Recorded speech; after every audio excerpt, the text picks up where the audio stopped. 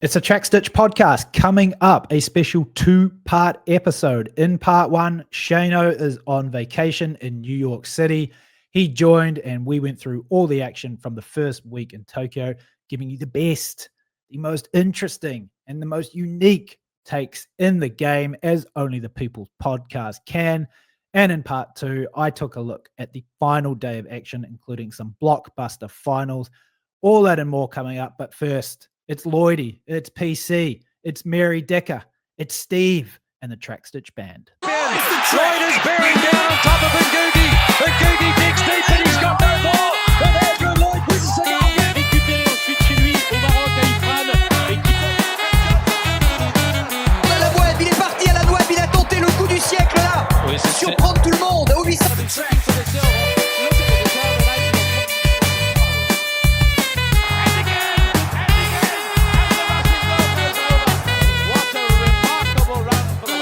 Final of the men's 10,000 meters in 19. Not the ball out. Oh, it looks to be. Who else is in the race? The wave is there. The confidence is there. Okay, recording this. It is Saturday morning, 20th of September. Shane Rohde is joining us from the Big Apple, New York City. Shane, how's it going there? Oh, mate, I feel like a real country hick in this place. It's intimidatingly large, but it's very cool. Very excited. I remember the first time that you ever went to New York, and I was actually there for work, and we managed to meet up and got to show you around a few spots there in Midtown. Yeah, where we're staying about a mile from Freeman's, and we're going to go actually. Excited. Awesome. One of the highlights though was getting you on the New York City Underground for the first time. That was you're a little bit afraid for your life there at the speed. Well, we didn't see trains. We didn't see Borat releasing a suitcase full of chickens, but we saw just about everything else. That's right. Hey, let's get into the track and field. That's what we're here for. We've just watched the men's 800 meter final literally within the last 15 minutes. Should we just touch on that one first while it's fresh? We've got the world's first 800 meter recap happening here. What do you reckon? Yeah. Let's get into it. And then, so we'll touch on that one. And then we've got our picks update because the fans all want to know what's happening there. And then we'll just go into a few of the other great events over the past week that we've seen in Tokyo. But yeah, men's 800, Wanyoni takes the win. This is actually an incredible race. The first thing that jumped off the page at me, 142.77 for 8th place in an 800 meter race, let alone a world championships final. That I cannot remember a faster race top to bottom than that. Kieran McPhillips, 142.15. Never heard this guy's name before the championships. He gets 4th. Bergen runs 142.29. That's a new PR for him. Navaski Anderson from Jamaica, 142.76. But I guess the story here is Wanyoni. What did you think about the race? What were they? 49.2? 49.28. That was only 1/100th faster. It was 1/100th faster than the world record split of Rhodesia. Yeah, but he really took the race by the scruff of the neck, didn't he? Yeah. So in terms of execution, it's more your domain than mine, Jason. You're our technical expert, but I thought he got to the front. He, obviously ran the closest line in the pole line. He controlled the race, and he was dominant's probably the wrong word, but he was domineering in his attitude towards the field, wasn't he? And he really did boss them when you think about it. Yeah, I mean, it's a classic Wanyoni performance there. It's what we saw in Paris. I mean, I was surprised at how fast he ran in the first 150, and I actually thought it was too quick. And I was like, man, this guy's gonna eat it in the final 150 of the race because it was just so quick out of the gates. And he normally doesn't like running that fast, particularly in the first lap and also the first 200. But yeah, I think he had a plan tonight to do exactly what you just said, which was, bring guys with him and then make it a war of attrition a little bit in the home straight, where he always seems to find this magical strength to just hold these guys off, and that's what he did. But it was an awesome race. I mean, just continuing the trend of this championships of just incredibly close finishes across the board. So, yeah, that was it. Men's 800. Again, in terms of the personnel, it was the usual suspects in this one. So I don't really think too much more to discuss on that one. But congratulations to Emmanuel Wanyoni. Let's get into the picks here. So a week ago we did our picks, massive head-to-head, a heavyweight battle, and the fans have been just beside themselves wanting to know what the update is. It's not looking good for you, Shane. Especially after this morning. No, I mean, hey, I say that, but it's not like either of us are tearing it up, because certainly I'm not either. But the current standing is old JS here on 14 and you're on 8. And we've only got a couple of events to go. So it's in a golf match play sense, it's dormy. We're shaking hands. It's dormy. Yeah. What happened to my picks in the? So you said you got a couple of the 5K women's 5 this morning. So I picked Chibet. You did. We matched. What happened after her? We matched. I haven't seen it. So what happened after that? Oh, you didn't see the women's 5K? Oh, that's right. Yeah. So I mean, it was Chibet came off the curve. Kip Yegon was leading off the curve. Chibet just outlasted her. And I had Sige. Did Kip Yegon get second? Kip Yegon got second, and Batacleti got third. So I actually had Gudef Sige finishing third in that one. She didn't, and so we matched picks on that one. The one that hurt this morning for you was I picked Wanyoni to win the 800 and then A-Rop to finish third, and that happened. So that was a huge one for me. Oh, that's enormous. Yeah, and you picked Donovan Brazier to win. He didn't make the final, and somebody else for third. So I was going to bet on Donovan too, and I was somewhere over the Pacific Ocean on a plane, and I looked up the result, and I saw I had really shitty internet, but I could see he'd run 1:43.80.82, and I thought, he's going to be in the final with that time. And then I was like incredulous when I was scrolling, and I realized that he was like a couple of hundredths of a second out, making it as a fastest loser. That's a good segue. We might as well just touch on it now. We're all over the place on this podcast, but that's how we do it. It's all natural and flowing here on the Track Stitch.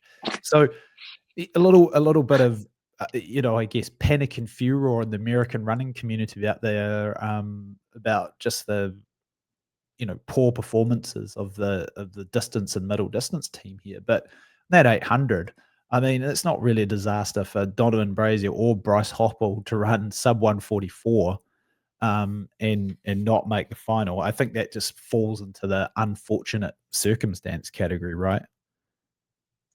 And the other thing too is this is not to be disparaging in any way whatsoever towards Cooper Luchtenhaus. Yeah, it's all very exciting and everything, but that was a bolt out of the blue, that race. And really speaking, Josh Hoey should have been at the World Champs, and that's not a criticism of Luchtenhaus, but Luchtenhaus's performance in the heats showed that Josh Hoey, pound for pound, taking. I'm not saying that based on the system that Hoey should have gone, because he shouldn't, but the system itself, that's probably more of an indictment of the system. Well, do you agree or not that Hoey would have acquitted himself better, given he's been so prominent in the men's 800 this year? Yeah, I mean, no doubt. I mean, I'm pretty sure that this was Cooper Luchtenhaus's first race off the holy lands of the continental United States. I mean, and he's 16 years old, and I think he ran like 16. that. Yeah. So, yeah, it does. I mean, this is just a classic topic, right? The whole US trials, is it too hard, et cetera, et cetera. I actually like the system. It avoids like some of the stuff that we saw, for example, in the Australian select team, where don't really want to get into that.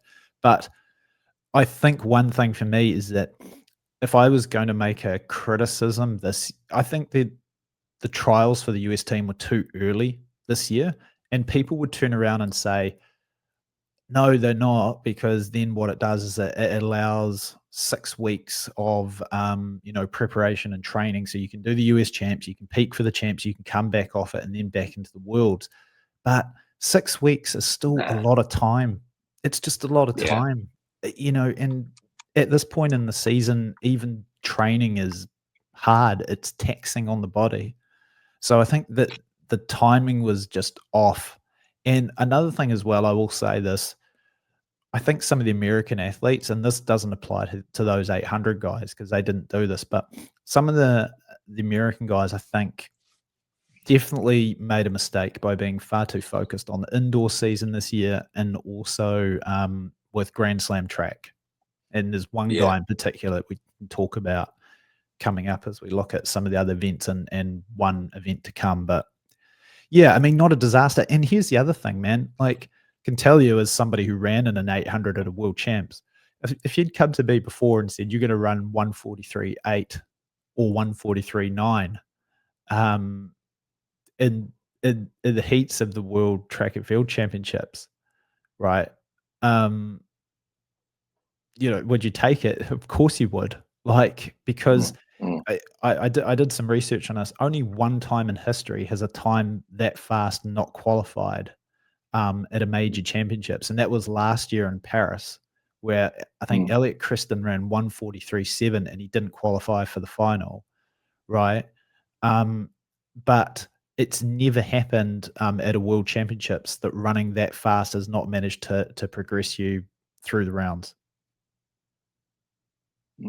Oh, sorry. And when I say the heats, I'm also talking the semifinals, just prelims in general. So, I mean, yeah, like I don't think anything to worry about there on the 800 side for those guys. But No. yeah, still a great season for Donovan Brazier. I mean, that's only his 8th race coming back in 3 years. And the other thing with Bryce Hoppel too, I think it's also fine to say that he's probably reached his career pinnacle and he's sort of coming off that now. It doesn't mean that he's not a good runner anymore, but you can't just be in career form, sub 142 shape forever, right? So, yeah. Yep. Looking at other events that have gone on earlier, some real exciting ones for us as Kiwis earlier in the championships. High jump or 3K steeplechase. What do you want to do first? Well, given we don't have a lot of time this morning, should we focus on, we have obviously a shout out to Kerr, but maybe focus on Beamish.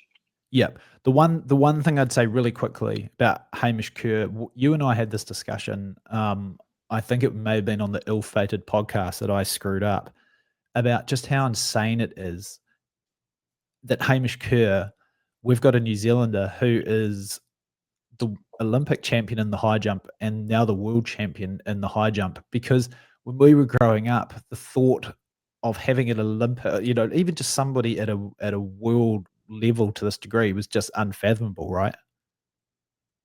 Yeah. I mean, such to the extent, I think you told me his odds were like 4-1 or something. I thought he's worth a cheeky $50 or, and then I sort of lost track of, because I was traveling to the States this week and then I saw he won. I didn't watch it. And I thought, but in my gut, I was like, no, he won't win another global championship. Like one of those other more historically fancy countries' athletes will come through, and then seeing he won again. He's. But I should have trusted you in my gut, because I watched that Diamond League final and he just looked in imperious form. So he's great. Yeah, and no way he's a big enough star in New Zealand, and that people understand the gravity of this. I was looking at some of those. Some of the results from the early 90s, it's guys like Javier Sotomayor and Patrick Schoberg and Charles Austin and all these guys. And I mean, I think I've said this to you a few times. I remember when Glenn Howard became the first New Zealander, I think back in 98, to jump 230 for the high jump. And I thought that was just like a massive deal, right? And Glenn was a really good athlete. but didn't figure on the world stage. And now we've got a guy who's at the top of the tree. It's just, massively underrated. He's an absolutely incredible athlete. Very, very proud. Yeah, of yeah. him there. I mean, the story is dominating News Talk ZB. The Oh, good. callbacks isn't a very, very good barometer. No, I said the stories that are dominating are not a very good barometer on a proper, weighting that should be given to someone like Hamish Kersperformance. So I'd put a whole little regard for it. Yeah. All right, on to the steeplechase. George Beamish comes roaring off the turn to send Sufyan Al-Bakali to tears at the finish. I mean, I think you and I had similar feelings on this one as the race unfolded in an awesome but bizarre way, right? Mm. You know what I mean by that? Yeah. As in coming down the back straight. I don't think I've seen a race where I've ever been wholeheartedly convinced that a guy so far out from the finish was going to win, but I can't explain it. I was like, this race has just set up perfectly for him. He is going to do whatever he has to do here to get to the finish line first, and it happened. You felt like that too, eh? Yeah, well, I did. Yeah, it was wicked. And I think the thing was during the race that led up to this, obviously it had to be slow, and the slower it was in the opening 2K, like the better the chances for Beamish. It was 6:01 through 2K, and at that point, I feel like we both thought it was absolutely on. But the key was then what was going to happen in the 600 meters from 2K to 2600. And Dan Mikulski, the American, tried to take it on. And I just remember sitting there going, no, like don't work out. Like slow down. And eventually he did. And when I saw that field kind of compressing up again with a lap to go, I just knew it was Beamish's. He's the ultimate hunter, right? Like, those kind of races when you were a kid in a cross country or something, when you're chasing somebody down, you can see them in the distance, and you just know no matter what that you're going to like have enough energy to pass them. Like, I just feel that's how like Geordie Beamish at his best is just like that. Yeah. And 57.16 for the last lap with hurdles, with steeplechase barriers, by the way. That is just an astounding finish. That was wild. Hey, I've got a bit of a trivia question for you. I wonder if you'll be able to get this one. The last Kiwi international, that's a bit of a hint that I didn't say two specific championships, but the last international medal for a Kiwi over the steeplechase, do you know when it was and who it was?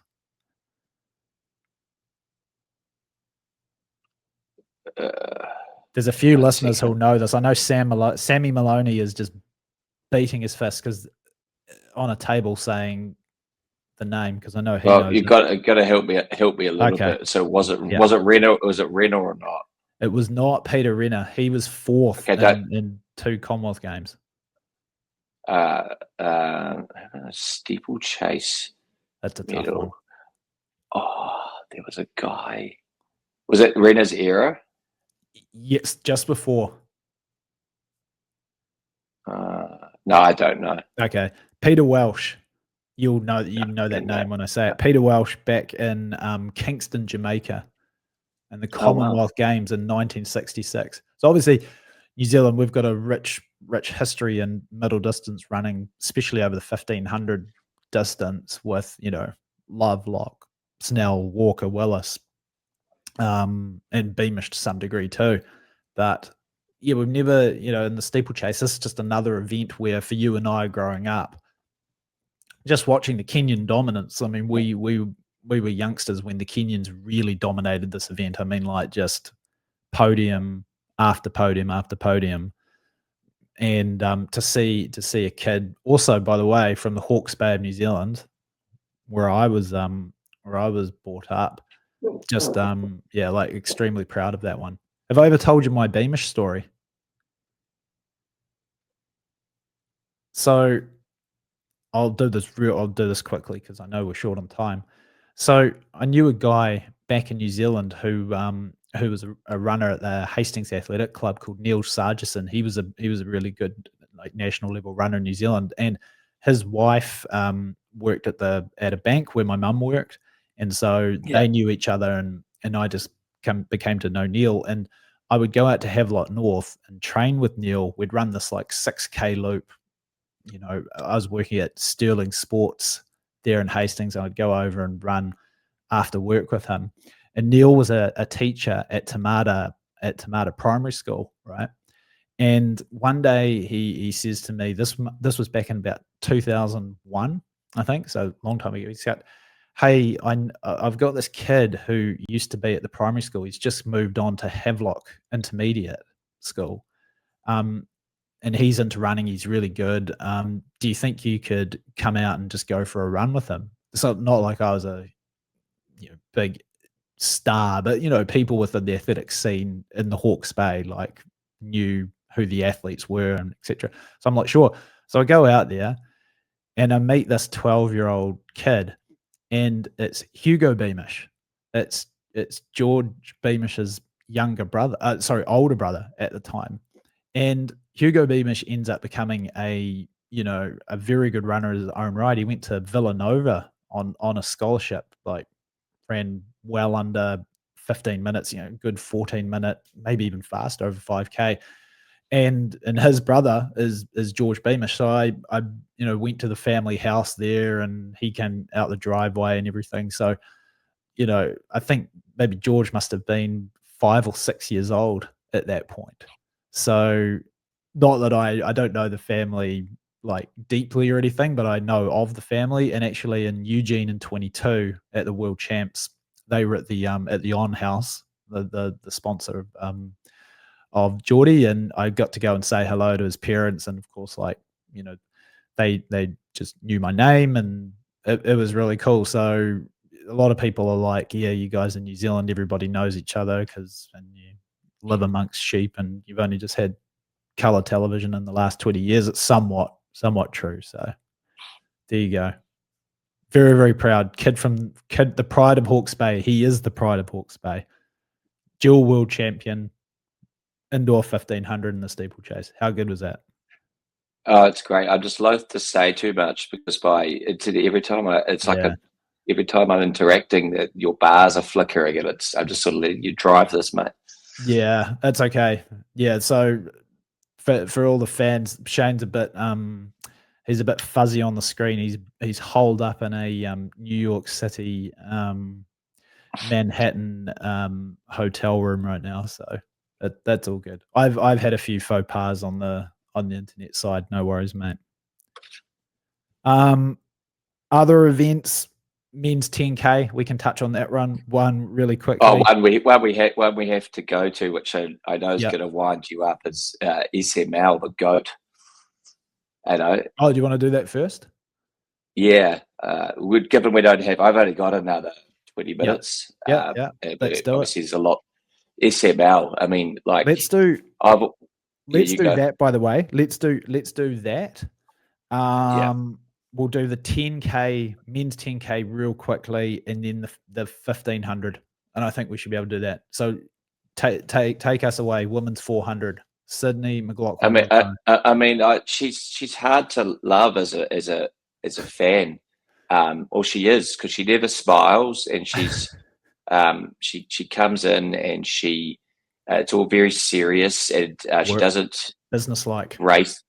Yeah, and she doesn't race a lot. There's a lot of criticism. I'm just sort of calling out the elephant in the room here, and there's a sort of a lack of.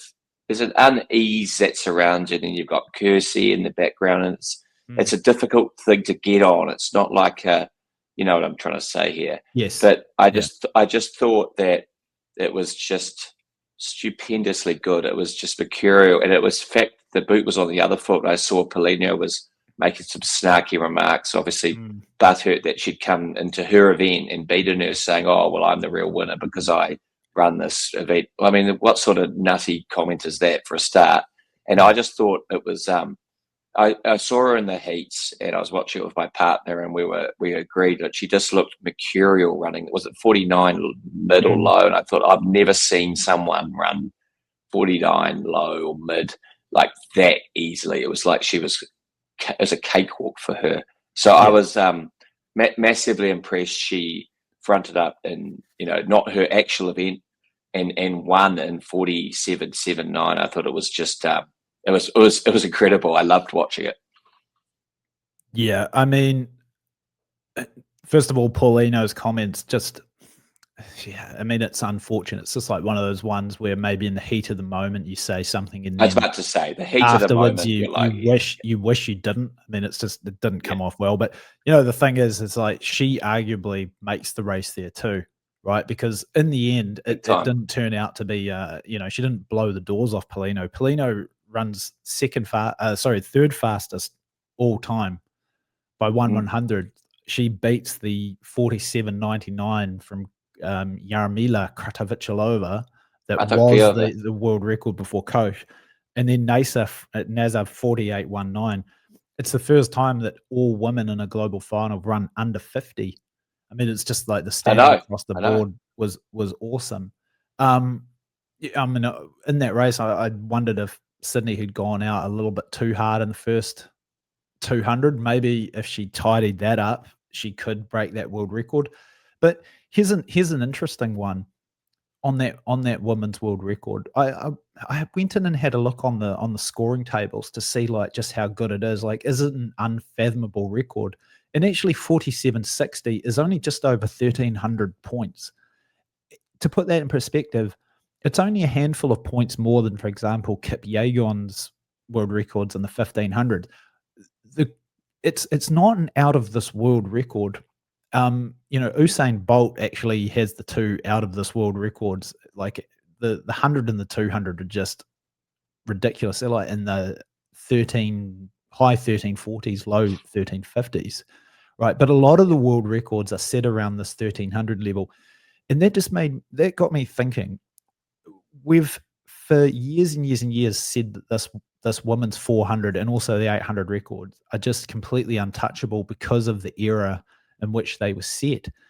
But I just wonder if like have the women, and quite rightly so, have they put the seal around this record to the degree that any talented 400 meter runner coming into like the professional ranks, looking at what times they want to run, maybe they've always looked at say 48.50 like as being sort of like a level at which they aspire to, because they always thought that the world record was too far out of their reach because of, as we said, like when it was set, who it was set by, the circumstances surrounding it.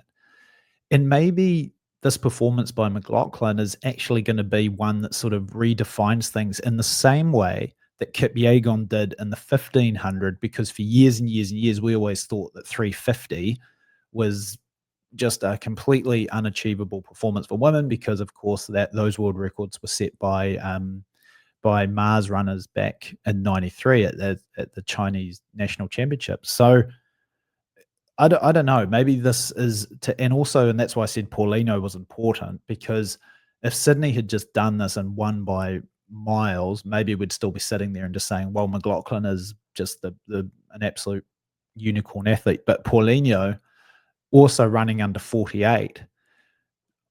What do you think? Like, I think we need to, in the traditions of Ma, I think we need to bring back the sort of cigarette toting. Oh, I thought you were going to say turtle blood. Or turtle blood, cigarette toting, Deodora sporting tracksuit of these authoritarian coaches who allegedly beat their athletes and leave them in the desert to run 60k home after not having split to the record. We'll do them all some good. No, I kid. I like that take. Nothing really more to add to it. I was going to set trampoline from your point to say it could open the floodgates. Time will tell. Yeah. Just one comment though, to play devil's advocate. Are those tables, how much science is behind them? Because it might be like that story we got told about that Hawkeye, in cricket sport, dead our own hearts, where those guys had when they were early stages of that technology for showing the leg before wicket for the cricket, and they lost the feed that day. It was an important decision in a test, so they just made it up manually and said, he's out. Yeah. Like, how much science is behind how these tables are put together? Because I feel like it all kind of just lands at 1,300 for the current records.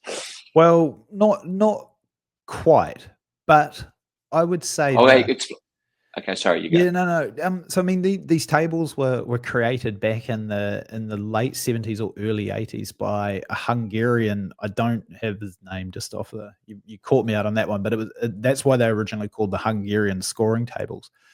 I've got no idea of the complex mathematical model behind this, and I would also preface this by saying, because it's just a model, none of the tables are perfect, right? But you know me, I'm a massive like number geek and nerd, and it is crazy. At least in my opinion, it's crazy how accurate I think these tables are in kind of predicting relative performances. Like, as a good example, I agree with that.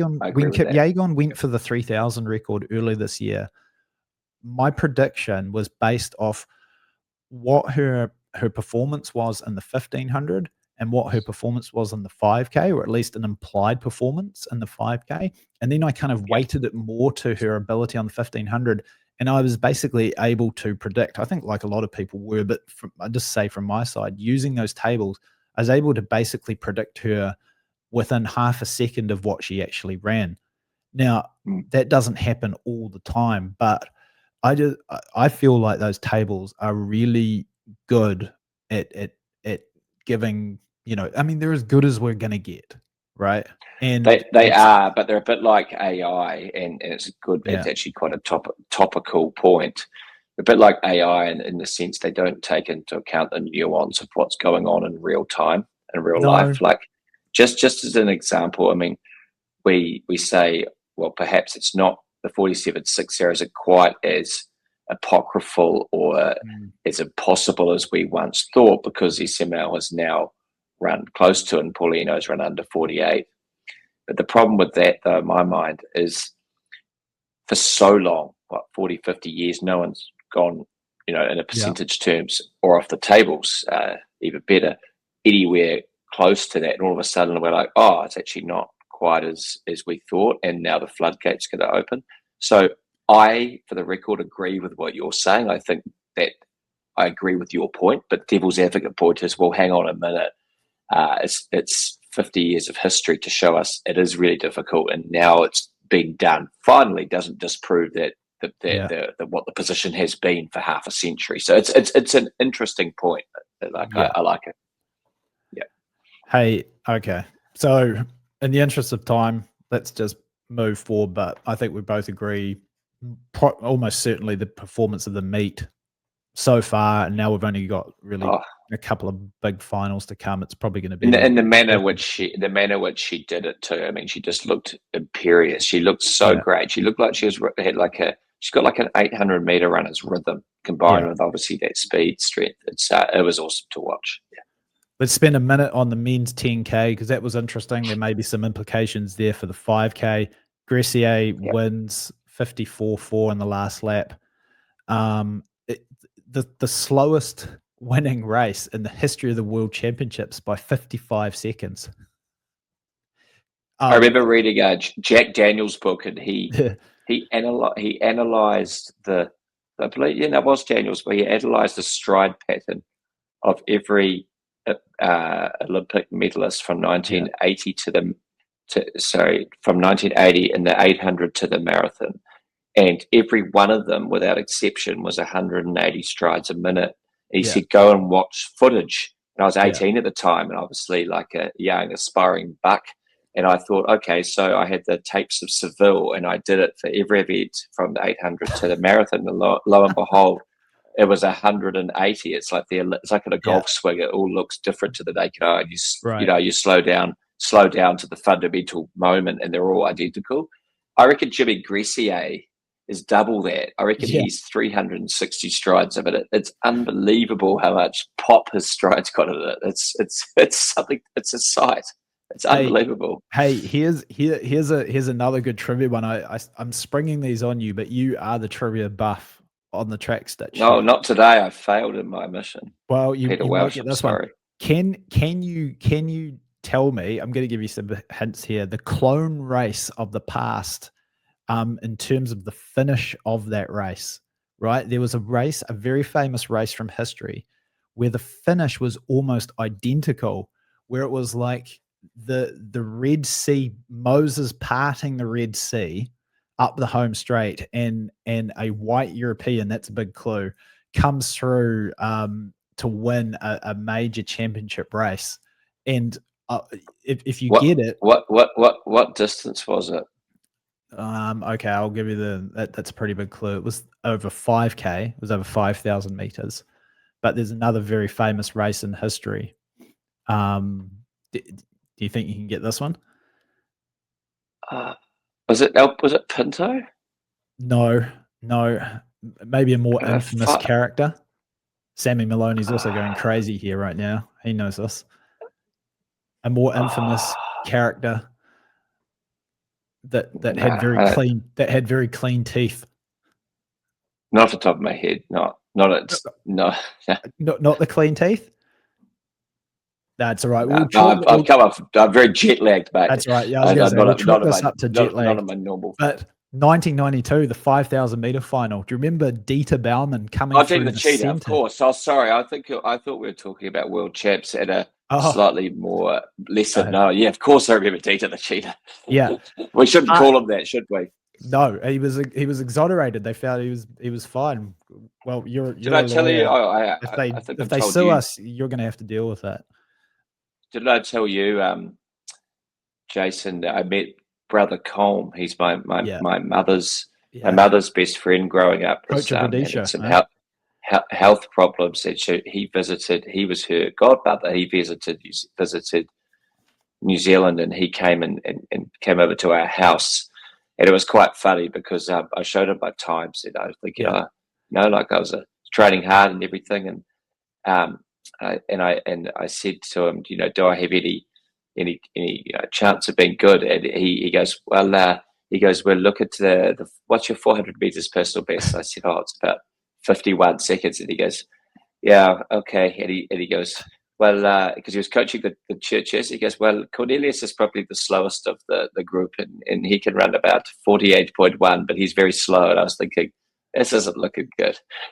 And he gave me a polite thing at the end. He said, look, you've got a very good understanding of the sport, and you seem like very bright and very nice. I thought, okay, maybe I'm not going to cut it. But what was really interesting is I asked him about Dieter Baumann. And I said, did you think he cheated? Because this was all pretty topical at the time. And he said, well, I don't know, but it would be a real shame if he did, because he came to Kenya very young, and he said that if he was cheating, it probably wasn't back then. And he said it would be a real shame because he was the only guy in the early 90s/late 80s that could run with his athletes and keep up and recover and adapt. So I thought that was an interesting tidbit. Yeah. But I would implore anybody to go back and watch that 92 race from Barcelona, and then watch this 10K, because the finishes are exactly the same, with Gressier coming through and Baumann coming through. Of course, Baumann, he did it to the killer bees at the time: Brahim Boutayeb, Fita Baessa, and Paul Beatok. That's the trio that he came through on the line. All right, we can finish this off with the 1500, and then also look a little bit forwards to the 5K tomorrow. Thoughts on the 1500? I'll just preface this by saying I think it is one of the greatest 1500s at a World Champs or Olympic Games ever, and not obviously because of the final, but because just of the story involved. There are so many elements that played out, but I'll do that second. Any thoughts from your side? Well, you and I disagree on the hoccer point. Yep. And I've been mulling it over further, and I I could not be more bullish on that point. I think Cole Hocker, the way he runs that type of race, that spurt that he's got, that killer instinct when it really matters, I just don't see him losing to those guys in that type of race. If it would be the 3:29 race, do I think he's at the same level as last year? Do I think he has that advantage? No, I don't. But to me, it was more like a US trials type of race and how it unfolded. That's my take on it. Cole Hocker being in that final, he walks that down. That's what I think. Yeah, I mean, it's harder to on the surface completely disagree with you, and I don't completely disagree with you because there's no doubt he would have been in the mix in that race. I mean, the problem with Cole Hocker, and this is also what's giving me a little bit cause in this 5K, even though I picked him to win, is I'm starting to realize that his tactical acumen in these races is very poor. I mean, I've got a new nickname for him. We're coining it on the podcast. Oh, I love that look of disdain on your face. But I agree with. Oh, okay. You go. I'm gonna nickname him Doc. I'm gonna call him Doc Hocker. You know what Doc stands for? DOC, deck of cards, mate. Because nobody gets shuffled up and down the pack more than Cole Hocker does in these races for completely unexplainable reasons, and he did that. That's what got him into trouble in the 1500 meter heats, right? He had control of the race. I completely agree with you. I think his failure to advance was not ill fortune. It was completely his own doing. And his acumen in that semi-final was as close to, in real terms, as close to zero as possible. Like, to lead like that in a slow race and then get shuffled once the pace comes on. You've already led the whole way anyway, and materially there's no difference from being at the front on the pole and in the pack. It was absolutely confounding that he would run like that. It was completely his own fault. I agree. And he did the same thing in the 5,000 meter prelims, right? He did. And he did the same thing at the US champs. Yes, he did. He did. I just don't really understand this. Oh, actually, no, let me take that back. I do understand this. I understand it because I think what happened in Paris did him a bit of a disservice. Yes, I was just going to say that because it was like playing poker and hitting a river card and going, actually, I'll hit the river card every time. Exactly. Exactly. And whether people want to hear it or not, I mean, being fortunate in these races is a big thing. You need to have things go your way to win these major events. And Cole Hocker had something massively go his way in Paris that if it even had happened maybe a second later, a split second later, he may have made the completely wrong decision there. And I think that's what is happening here. But let's not forget too, though, that in Paris, two things. One, it was a 3:27 race, so people are going to drift a lot more in a 3:27 race than they are in a 3:35 race. Secondly, he didn't get it perfect. He still did get impeded. Where he still had to stop and go around those guys. And remember, Nick Willis, our mate, said that he thinks he could have run in the high 3:26s that day if he had better tactics. So maybe he was just so much better in Paris that it didn't matter so much. Which again doesn't disprove our point. No. But anyway, Isaac Nada wins 3:34.1. It's an old school final. So I mean they go through 800 just under 2 minutes. It's like it's a throwback to the Morcelli era. Hey, here's a good one for you. That finish from Nada coming from basically off the screen. That's also reminiscent of a classic race too. I'm just putting you on the spot here, but I won't even put this one on you. I'll just tell you who it was. Rashid El Basir in 1992, flying down the outside, chasing down Cacho. And he got second, even though he didn't beat him in the line. He ran like a 12 flat final 100, which is kind of similar to what Nada. And the other one that reminded me of was Rui Silva. Yes, in the 04 final. But I said that I thought it was one of the greatest 1500s ever, and here's why. not necessarily just because of the race, right? A lot of people will say, well, there was no Jakob in the field, there was no Cole Hocker, Josh Kerr hurt himself. But if you look at all these elements, it almost had like the elements of a Shakespearean, drama. Just beginning in round one, Jakob, shows great valor, I guess you could say, was the theme there in turning up completely cold. I tried on the podcast to say that it had been done before by Billy Kinsella back in 91 in the 800, and then that was disproved as fake news. So maybe you just can't do it. The semi-final round, you had this, I would say, like nincompoopery from Hocker as he manages to get himself in a pickle and then gets himself DQ'd, which I'm going to talk about later on the mailbag. And then you get into this final and you've got like this element of redemption.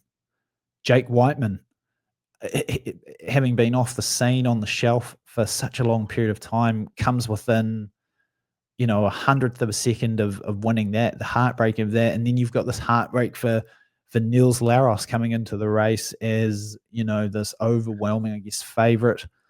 And then that doesn't even take into account what happened to Josh Kerr. So just so many elements. I completely in this agree. 1500, it's awesome. It was pure theatre. Yes, I'll get my own back on you on one little win, even though you've thrashed me in the picks. I wasn't very bullish about Laros. I felt he was too overhyped, and also I don't think he can. I think I went and watched some of his races, like that 5K, right? And what I've learned is that he could really like rack up those last laps. But in terms of coming off a bend and really powering up and sprinting, I was watching. I had a bit of a ill-fated flutter with my Beamish winnings on Whiteman. I remember texting you, Jason, saying I like Whiteman for this. Yeah, and I think that result doesn't disprove the theory I had about fluent he looked in the heat and the semi. He was cruising in that heat and semi. Okay, cool. So we lost our feed there, immense viewership. But yeah, Laros, he was able to run storming last laps in that European 5,000. He ran an incredible 800. But it's that ability to come off the bend, and a lot of that depends not just on how fast you're traveling, but your athletic form at the end of a race. Beamish is the ultimate exponent of that, with that great athleticism, the way he hit that last hurdle and accelerated off the hurdle, which allowed him to get past Al-Bakali. It's so different in the shorter events, that great running form. And Whiteman, I just think of Whiteman, I was thinking about it afterwards, if he had a little bit more conditioning, hadn't lost so much with all those injuries, those last 30, 40 meters, he would have held on. He was slowing down that last 30, 40 meters. But yeah, I just thought that Laros, if you actually watched him in the semi when they were all sprinting, he didn't look head and shoulders above the others in that type of race. And it was obvious without Jakob, well, it was obvious to us, Jason, without Jakob, it was unlikely to be more of a physiological test where everyone's drawn out and the fittest guy, which has been Laros this year, wins. I thought it was going to come more down to some of those other components like basic speed and ability to maintain sprinting form. Yeah, I mean, it's crazy with Laros because everybody knows the facts and the details, right? Those races that he was able to win in Brussels and in Zurich, to be able to close in around that mid 12-second mark is really world-class finishing. And then you look at it and you say, well, how can you not close as fast in a race which is much, much slower? That just doesn't make sense. And it is just weird. You know what I would liken it to? It's like our golf swings, mate. The harder that you try and swing, the more parts are moving all over the place and things just turn to custard. And it was almost like the harder that Niels Laros was trying to sprint. I mean, his form was just atrocious in the final 100. I don't think he has great running form. Obviously, he's a freak talent. But like Whiteman's didn't Whiteman look fantastic in that semi-final? He didn't even that last 100. He was cruising. He looks, and another guy who was a great exponent. Shout out to our mate Nick Willis, how he was able to maintain his running form in championships. He elevated himself up where he was on the Diamond League circuit because he had beautiful running form and he was able to just hold his composure. That's what won him those medals. It's just holding that form. Yeah. No, and and that was a good call by you because Whiteman was not on my radar at all. So shows what I know. But I mean, like just heartbreak for Laros and that one. The form just absolutely falling to pieces. It was like a car where the bolts are a little bit too loose in it, and the shaking just gets it, compounds things, and then all of a sudden the nuts and bolts just fly apart. Poor guy, but he'll be back. But I thought it was all the chat that without all these main protagonists, without Nagus there not even making the team, and Kerr's injury and all this kind of stuff, that it wasn't a vintage final. But I just think in terms of a theatre, a story arc, all the elements of the story, that men's 1500 is just a great one. And okay, recording part 2 of the podcast. It is the morning of the 21st of September. The final session of the World Athletics Championships have just ended. Hey, you may have seen yesterday we had some technical difficulties with Shano's Manhattan Hotel internet, so he has given himself the day off. He is going to the Giants versus Chiefs game later, so you are stuck with me to review the final session, which had a couple of blockbuster finals in it. And then we have even got some mailbag questions from some of our viewers up later. But first, let's get into these finals. Women's 800 meters. Lillian O'Dera gets the win, 154.62, a new championship record and a new PR for her. But really the story here is Keely Hodgkinson fading to third in this one, beaten by her countrywoman and training partner, Georgia Hunter-Bell. Got into this kind of weird running fisticuffs with Mary Mora, the mercurial, the unique, the dumbfounding Mary Mora in this one in the first lap, which as it was happening, I said to myself, man, this is going to cost her a lot of energy. Mary Mora ran that entire first lap sort of in the outside of lane 1, inside of lane 2, almost like she wanted to give the front of the race to Keely, but every time Keely kind of tried to get through, Mary Mora was there with just the slightest elbow just to keep her back. And it just seemed that was the way they ran the entire lap, even though they went through in 26.5 for the first 200 and 55.85 through 400. I thought that did not bode well for Keely, especially after I had been calling her, or had been giving her the moniker of the excellence of execution over the last couple of weeks. Throw that out. That was not the excellence of execution today from Keely, as that really caught up with her in the final lap. I went back and took a look at her splits from Silesia, which obviously was her big comeback race on the circuit, where she ran that PR, 27.2 and 56.7, running incredibly smooth and clean in that one. Total opposite today, as she ran faster, but in a really messy fashion, and it caught up with her at the finish of the race. Not a happy championships for Keely. Wasn't happy with the warm-up track situation, 15 minutes away from the stadium. I thought it was absolutely impossible that she was not going to win this race. I didn't see how it could happen. So shout out to Shano, because he actually picked it. He is normally more bullish on Keely than I am, especially with respect to her career potential, but he did not think she was going to win. Had this theory that maybe after a long layoff like what Keely had, that sort of pent up frustration and the energy and the excitement to come back can manifest itself in a couple of really good races, but then she may not have the condition to carry that through for the rest of the season. Turned out to be right. Keely gets the bronze medal. Lillian O'Dera with a shock victory there and a new championship record. So congratulations to her.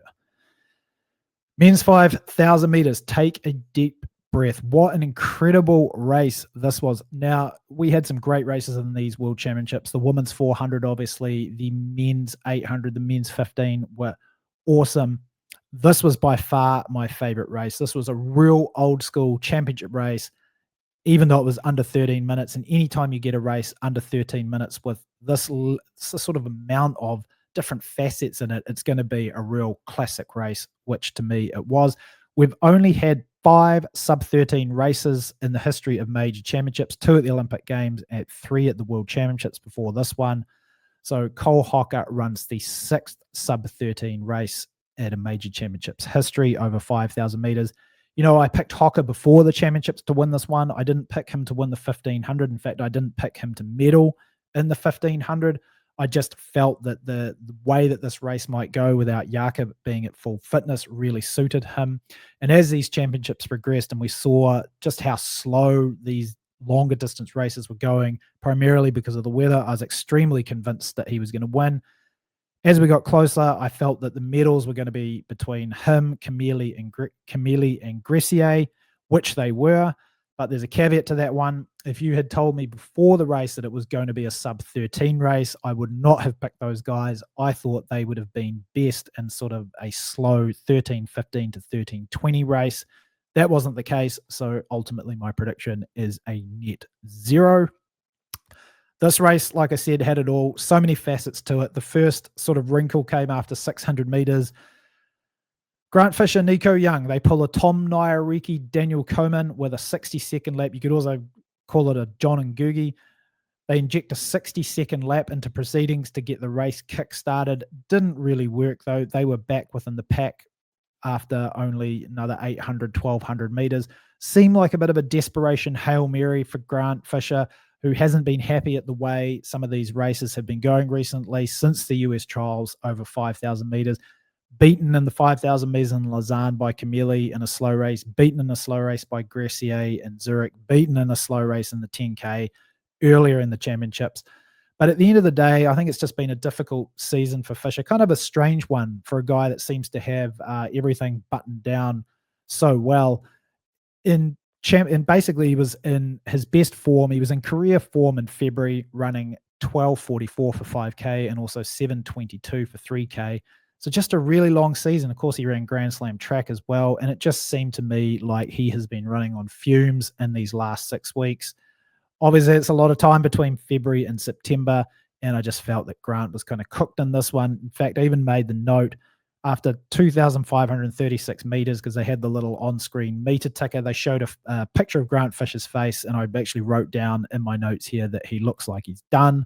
Just did not look like he had it today. And he faded back through the field to finish well back. The 3,000 meters in this one came up in 7:51, 7:52.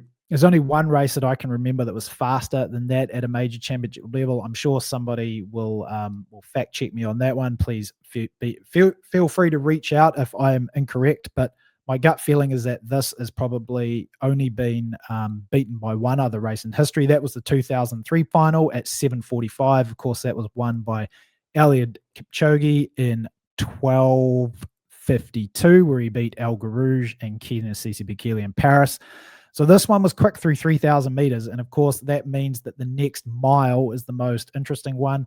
Feel like if somebody could have really forced the pace here, it would have put the acid on a guy like Cole Hocker, who's got really good anaerobic capacity and power. That's exactly what Jakob Ingebrigtsen tried to do here, went to the front of the race to try and drive that next mile. Unfortunately for Jakob, as we know, not in real competitive fitness for these championships. He was only able to run or sort of set that mile up to be run in 4:13. And, Cole Hocker's absolutely strong enough in that circumstances to really regather himself for a big finish, which is what he had, 52.6 for the final lap. One of the fastest finishes ever in a sub-13 race. And that, of course, also suited the big kickers, Camille and Gressier, who picked up the silver and bronze, respectively. So a bit of redemption there for Cole after what happened in the 1,500 meters. And at least for me, kind of as a running purist, that was by far my favorite race of the championships. Just a really, really great old school, tactical, but also fast 5,000 meters. So yeah, what a fantastic world championships we've just had. Doubling back from what was an awesome world championships in Budapest as well, and obviously a fantastic games in Paris. And it was great just to see a full Olympic stadium there in Tokyo after what happened with the Olympics back in 2020/21. Okay, on to the mailbag. These were some questions that we had come through from some of the fans. First one is from Sal. Did you think the disqualification of Cole Hocker in the 1500 meters was justified? Why would World Athletics DQ the reigning Olympic champion when the race was already without Jakob or Jared Naguse? Feel like I should preface my answer on this one. I was fortunate, especially at my level, to have run against some of the greats of the 800 meter distance back in the early 2000s. I ran a couple of times against Yuri Bulzakowski, the Olympic champion in 2004. I ran a couple of times against Neil Schumann, the Olympic champion in 2000. I ran against Jabir Said Gurney, he was the world champion in 2003. Andre Buka, the world champion in 2001. And these guys were big, tall, strong guys that definitely, if you got in their way, they would throw an elbow and bump you around. It was a very, very physical era of 800 meter running. And, I took plenty of bumps and elbows and certainly gave out my fair share as well. Important that I say that because I'm not the kind of person that thinks that the athletes should be treated with cotton wool gloves here. But in saying that, should Cole Hocker have been disqualified? Absolutely. That was not incidental contact at all. Incidental contact for me is very sort of split second, unconscious contact that isn't premeditated. For example, you're running in a pack and maybe somebody slows down or somebody gets bumped just a little bit and it slows the pack down. You've got to put your hand on the back of someone, give them a bit of a shunt so you don't trip them up or you don't trip yourself up. That to me is incidental contact. You aren't really thinking about it. It's just happened in the split second. We know that is not the case with Cole Hocker. Why? Because we could clearly see in the seconds or the microseconds before this happened, he takes a look over to his right to see if there's any space because he knows he's in a bit of a pickle. Doesn't see any because Adrian Ben is coming through. The rest of the field is also coming through. Why is that? Because it is not a 3:27 race like it was in Paris. It is a much slower 3:36 race. So he knows what he's doing. He in his mind has said, I'm going to sort of wedge my way through this gap. You cannot do that. That is not incidental contact. The other thing as well is I believe that if you are defending a spot on the track, that's also fine. If somebody wants to come and sort of push you or lean into a spot on the track that you have earned, as did Robert Farken in this one by putting himself out there to be in second place coming into the straight of a World Championship semi-final, you are within your rights to use your body to sort of defend that position on the track. That is not the case with Cole Hocker. And I think a real simple one here is if you need to turn your body sort of at a 45-degree angle in order to sort of pop your shoulder through a gap, almost like you're making a 3/4 little punch golf shot, then the gap is probably not big enough for you to get through. That's exactly what Hocker does here. He turns his body almost sideways as he's running. He gets his right arm through, which he then has to extend just in order to keep his balance. So at one point, his arm is extended right out in front of Farken, whose left arm then clatters into that. And then it's all just a big mess after that one because obviously Robert is running right at his limit. So you can't blame him for going backwards rapidly after that. All caused by Hocker. You just can't do that one. Deserved to be DQ'd. Another interesting sort of take I heard on this one was sort of a literal interpretation of the rule, which said that another athlete may not jostle an athlete to gain an unfair advantage. And the mental gymnastic was that Cole Hocker did not gain an unfair advantage because he didn't need an advantage. Robert Farken was going backwards anyway. Doesn't quite work like that. That is not the way that laws or rules are set up. If we were just sort of following rules and laws to the absolute literal interpretation, it'd be very difficult to sort of enforce any of them. There's certainly an amount of sort of sentiment or, how I say it, like the narrative of the rule that is built into them so that sort of encompasses instances like this. So yeah, that is just not a good excuse for me. And Cole Hocker, as much as the World Athletics Competition Committee probably did not want to bounce him out of there, they simply had to. I'm sure they didn't want to do the same with Usain Bolt when he false started in the 2011 100-meter final, but the rules are the rules and you have to enforce them. So that was kind of a fair one for me. Fortunately for Cole, he came back and ran incredibly well in the 5,000 meters and redeemed himself there. Next question comes from Steve. This is Steve with a CH. He says, you sound like a stat nerd in amongst other nerdish tendencies. It's not very nice. But what were your 5 favorite stats from these worlds? Okay, Steve, we'll give you my 5 favorite stats. Starting at number 5, the men's 10,000. That was the slowest in history by an insane 54 seconds. And that was from the inaugural 10,000 meters won by Alberto Kova in Helsinki. Now, obviously, the weather played into that one. I heard on the commentary yesterday, I think, that it was 90 degrees air temperature for the 10,000 meters final with 80% humidity, making the real field temperature well over 100 degrees. That is insane, completely justified as to why it was such a slow final, but it just was slow. 54 seconds, in fact, slower than any other 10,000 meter final at the World Championships. The 3,000 meter steeplechase, of course, won by the Pride of Hawke's Bay, Geordie Beamish. That was the slowest by 8 seconds, and that's actually saved by Bakali's 8:25 win in Eugene. Otherwise, it would have been the slowest by 18 seconds. So we had some really slow, old-school tactical battles, especially in the opening couple of days of these World Championships. Coming in at number 4, Isaac Nader, the final 100 meters in 12.29 seconds. You know, the only finish that I can think of fast in a 1,500 meter race at this level was one that I mentioned yesterday, Rashid El-Basir at the 1992 Olympics, but that was a 340 race and he didn't win it. That was, of course, won by Firmin Cacho.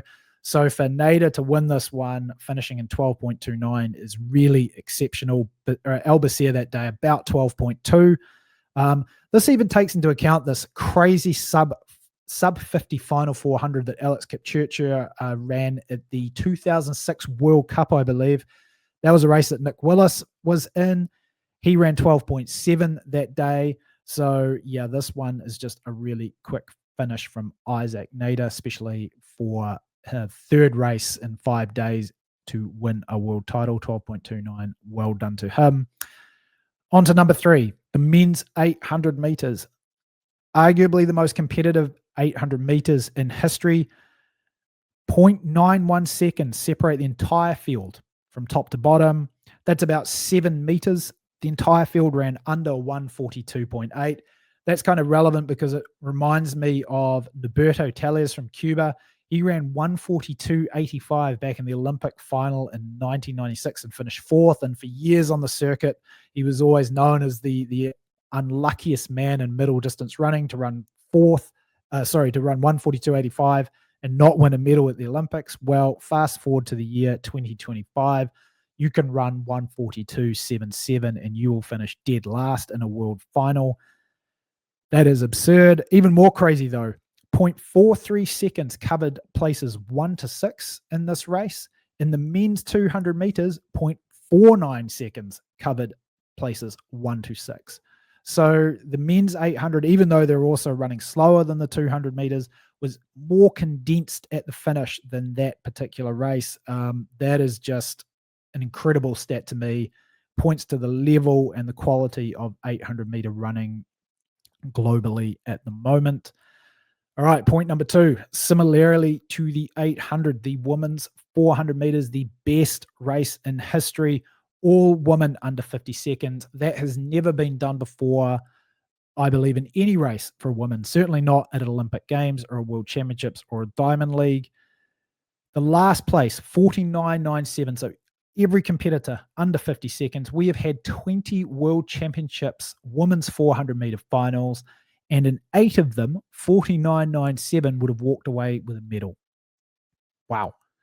So in the year 2025, if you ran 49.97 in the women's 400 meters, you finished dead last. This race obviously highlighted by the second fastest time ever from Sydney McLaughlin-Roan, 47.79, and Morladri Polino runs the 3rd fastest time ever, also under 48 seconds. But that takes us to my favorite stat from these World Championships, which is this: the closest world champs for the men in history. And this is how hard, how deep, how competitive it is on the men's side right now. Not that it isn't difficult to win a world title on the women's side, but if we sort of look at the winning margins from the women's track events in these championships, they were pretty much in line with what we see sort of every championships. There's a few close races, a few kind of blowouts. That was not the case on the men's side for these championships. Have a listen to these numbers. I will go through them event by event. The 100 meters, 0.05. So that's 5/100ths of a second. 100 meters, 0.05. And the 200 meters, 0.05. The 400 meters, 0.19. The 800 meters, 0.04.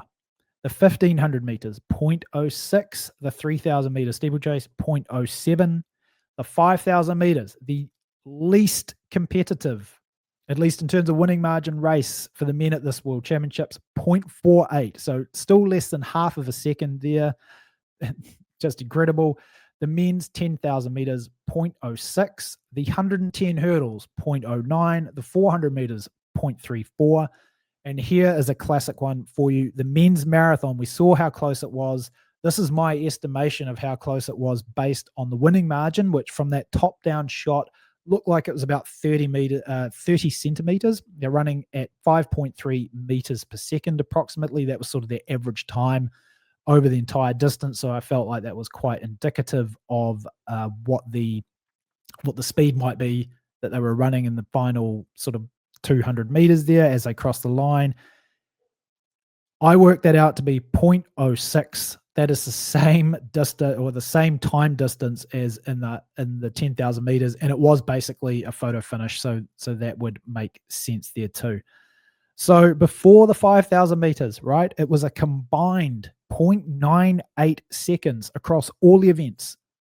So that means that the combined winning margin across all those events minus the 5,000 meters was less than 1 second. I was kind of secretly hoping that the 5,000 meters would be incredibly close. So maybe it might have been a 200ths of a second win like the 1,500 meters, and then we would have had a 1 second total winning margin across all events, but it wasn't. Even so, the combined winning margin across the men's track events was 1.46 seconds. That's an average winning margin of 13/100ths of a second across the board. That is absolutely insane. And if somebody wants to go back and can find, I mean, I don't know this for a fact, but I'm going to say that that is the closest in terms of combined winning margin. There has never been a global championships or any kind of championships where the combined winning margin was less than that. If somebody can go and find one for me and prove me wrong here, the Portland Marathon is happening in a couple of weeks, which I have not been training for at all. I'm not entered. I will enter that race and I will do it naked. I will run it in the nude if anybody can find for me a closer across the board world championships than the men had this year in Tokyo.